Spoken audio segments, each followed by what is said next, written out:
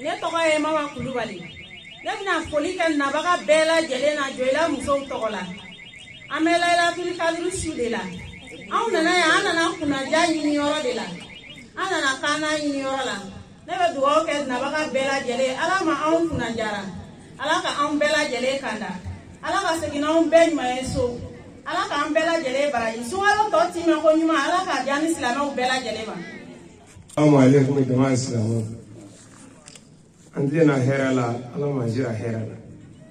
Ala ka na aw kuna ja, ala ka na tanga, ala ka na kisi, ala ka na gerte. Ne yawa tarawele ka bɔ Misiri tula. An sera shi na an nana wajibi de la. Laylatul Kadiri ko de an sera.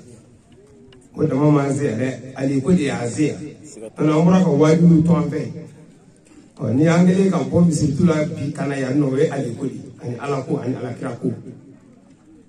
Kanu de farale ɲɔgɔn kan ani alu de ali ye ɲɔgɔn ye an y'a kanu di a kanu banna o de y'an se o ye caman de se sini na n'o tɛ maa caman bɛ yan bi wajibi kɛla k'olu ka yɔrɔ la mais n'i sere yan alakira ko b'a la ala ko b'a la nka ali ko b'a la donc ne kɔni n ye denmisɛnnin ye n tɛ se kuma na kosɛbɛ donc n bɛ foli kɛ bɛɛ lajɛlen la ala ye mɔgɔ ɲuman na cogo min na ala ka mɔgɔ ɲuman sakiti a ma bonya ka taa mo lo diɲɛ baara o baara la ala ka an dɛmɛ o la n'o ye ɲuman ye n'o ni ala ta bɛ bɛn ala ka barika don ala n'a ka kira ya bonya kosɔn sirifu bonya kosɔn ale yɛrɛ bonya kosɔn sallallahu alaihi wasallam ne ko ayi to an ka ali minɛ n'an b'a minɛ an k'a minɛ n'an t'a minɛ an k'a minɛ ne ye ko min kɔni sigilen ne ye fɛn bɛɛ ale ko la bon nka min dan ya sini na don nataw an bɛ kuma ma nɔgɔ bi